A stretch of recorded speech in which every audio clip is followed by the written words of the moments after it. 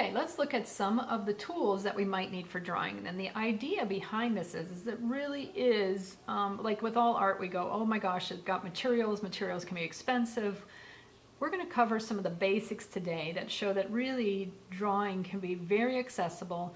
Tools are very easily acquired. They're inexpensive.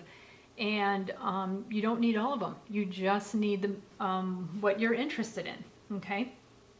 And I'm going to give you some tips of how to find things or what I personally like in my years of drawing and teaching drawing. So let's start with pencils. And art pencils are easily found in pretty much any store that sells crafts and even in big box stores and stuff. The interesting thing is they have, let me take some of them out of here. There's lightnesses and darknesses of shade in here. There's ones that are skinnier and fatter, and they all have these fancy names, HB, 2B, all these things. This part makes it complicated. Our idea here is to make it simple. So what I like to do is I like to start people off with this number 2 pencil. And this is like your basic yellow pencil or any other number 2 pencil, which is primarily the pencil of choice that you see, that most pencils are.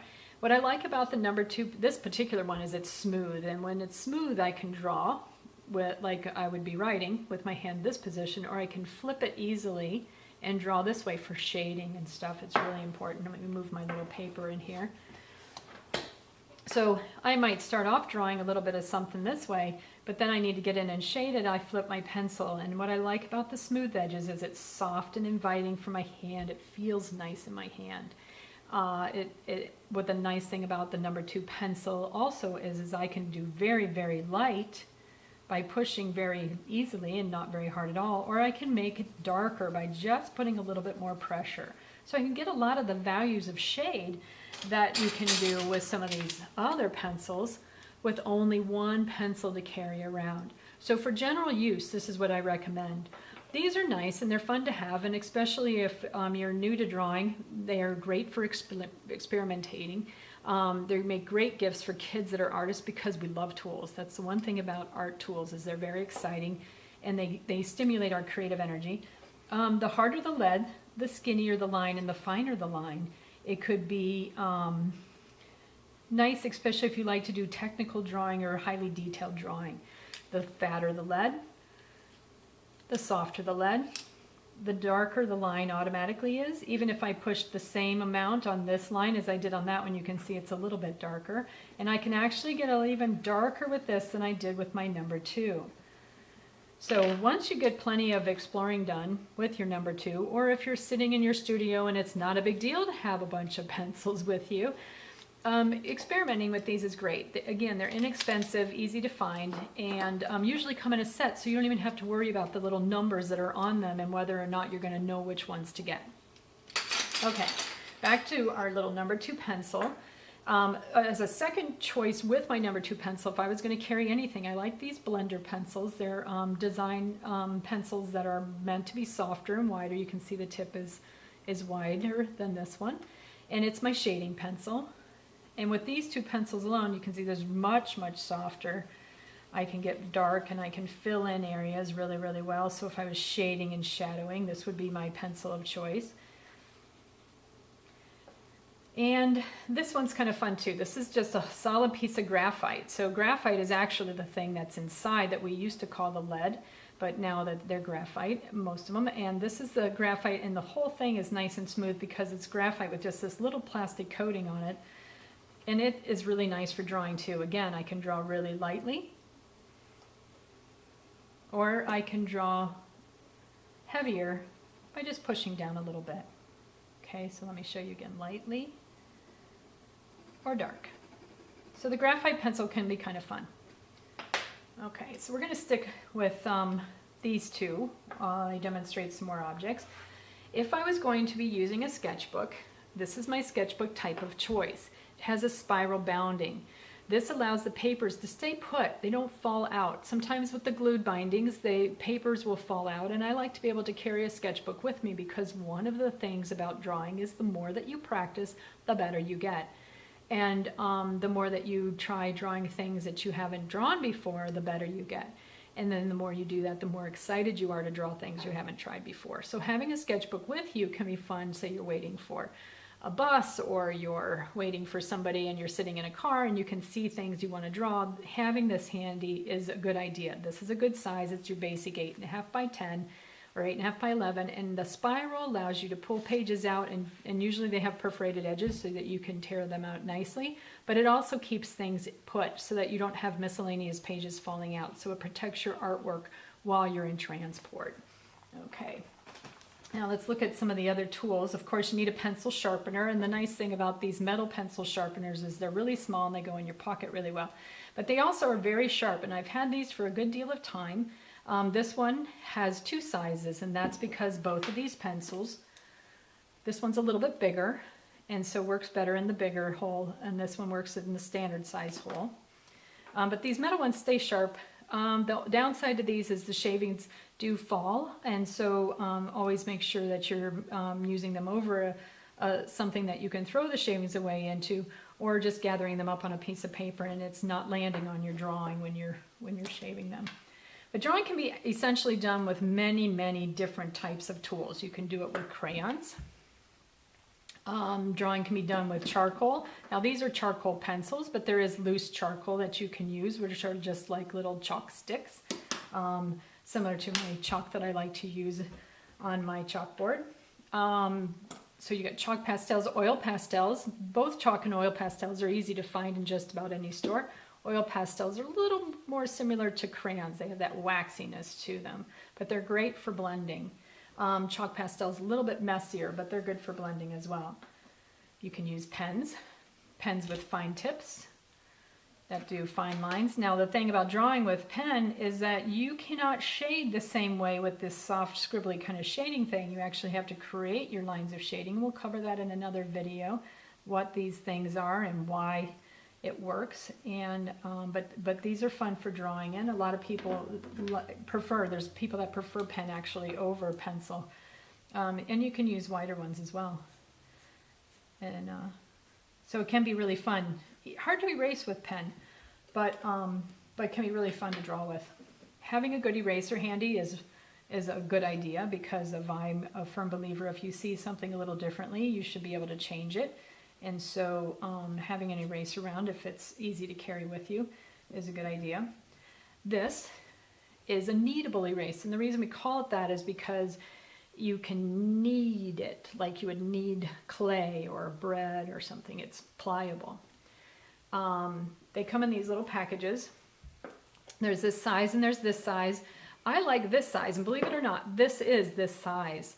The bigger size would be great if you were buying for more than one person. You can cut them up into 4 small pieces or 2 small pieces, because this fills my hand. When I'm stretching and pulling on this, it essentially fills my hand, and it can be really tough to use the bigger ones. I've actually had this one for almost 30 years. And the reason for that is because when kneading it, and I'll tell you first, the reason for a kneadable one, this erases lines. This one can erase lines, but it's not as efficient erasing lines, but it is better at lifting color. And so on this dark area here, this little circle that I have, we're going to use this, and we're actually just going to push it down and lift color. You can see that this circle is getting lighter. So say I shaded that darker than I wanted to, I can bring my kneadable eraser in there, and I just push on it a little bit, and it picks up the color. Then you go, well, yeah, but now it's going to smear my hands. It's all dirty. It's kind of messy. All you do is you take and you stretch it. Let's try that side because you can see the darkness. You pull and you stretch and you tuck it in, and it cleans itself. Takes a little bit of work. These things get hard when they dry out. When the warmth of your hand softens them, they're easier to work with. You can also make them really, really tiny, so that if you wanted to erase something inside of some place but you didn't want to mess around with the stuff around it, you can make a tiny eraser out of it. They can be really, really just fun to have in your hand to play with while the other hand is busy drawing. Sometimes if we keep our one hand busy while our other hand is drawing, it occupies that part of the brain that gets distracted easily. So this is called a kneadable eraser, and like I said, I recommend this smaller size. It's a great size, and these things can last a long, long time. These are like just a couple dollars each. Most of these tools individually can be purchased for just a couple dollars. This pencil sharpener here, I think, could be purchased for like less than $2, and will last you a long, long time. We have this here. This is one of those things that's just really fun to have as an or as a student. Not necessary for drawing, but just really fun because it's a fun tool. It's disposable, and what it is just little bits of sandpaper that are attached to this little paddle with a staple, and when you get the one full, you tear it off and you put another. But what this does is sometimes, especially if you sharpen your pencils with a little pocket knife instead of a pencil sharpener, or even with a pencil sharpener, you get these little burrs on your lead.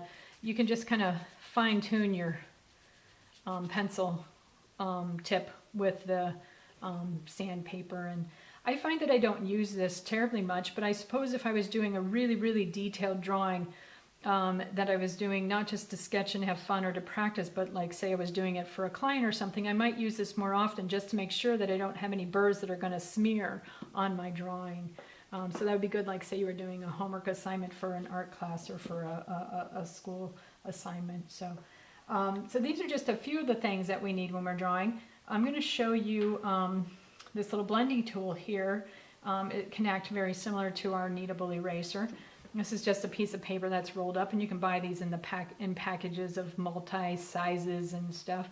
And let me do a little, let's say we have a circle here, and we want to take that circle and we want to turn it into a ball. And the way to do that is we're going to pick a light source, and our light we're going to say is here, so mark that with the sun. So if the light's hitting this part of our ball, the shading is on this part of our ball. We're just going to get in there and do a little bit of shadow. It's pretty bright out, so it's not really, really dark on the side of my ball. And you'll get more information about this in our video on shading and shadowing. But any object that's three-dimensional also creates a shadow on the table, so we need to do that as well. And I'm just going to give myself a little bit of an edge there to kind of go by, and then we'll just kind of easily throw a little color in here. I mostly want to demonstrate the blending tool, which is like this little pencil or paper stump thing. What this does when you're shading is you get this little bit of a texture, the white paper and stuff like that. What you can do with these tips is you can go in like this and you can blend it out, and then you can get a little bit smoother look on your blending. It keeps your fingers cleaner, so you're not blending with your fingers, although a lot of artists like to do that. They like the feeling of doing it with their hands. And that can be okay. You keep a rag handy or something. You can also pick up some color on this. Like if, say, I did that on scrap paper and I wanted to go in and add something into an area, it allows me to go in very easily with some blending so that I'm not actually adding too much blending in. And so you can actually use it to move pencil with you. And then we're going to blend this little bit here so you can get an idea of just how this works. Same thing. I can do it with my finger. But then look what my finger looks like. It starts to turn black. So just some very, very basic tools. Again, I like the number 2 pencil. That's the first thing I would do. The paper that I'm using, although I like a sketchbook for travel, this is copy paper, just right out of the printer, just took it. If I was using more heavy things like markers and stuff, I like cardstock. And this is just, I buy this by the ream. It's just like what you would use to put through the printer for something heavier. It's just simple cardstock. And these two things I find very accessible for most people and very easy to work with. They have a good kind of texture for pretty much any of the different tools of drawing that I would use. So the easiest and most simple thing, if you only want a few objects, is your sketchbook with a spiral, your number 2 pencil, pencil sharpener, and a kneadable eraser. You want to add a little bit more, a shading pencil, a regular eraser, and a pencil blender.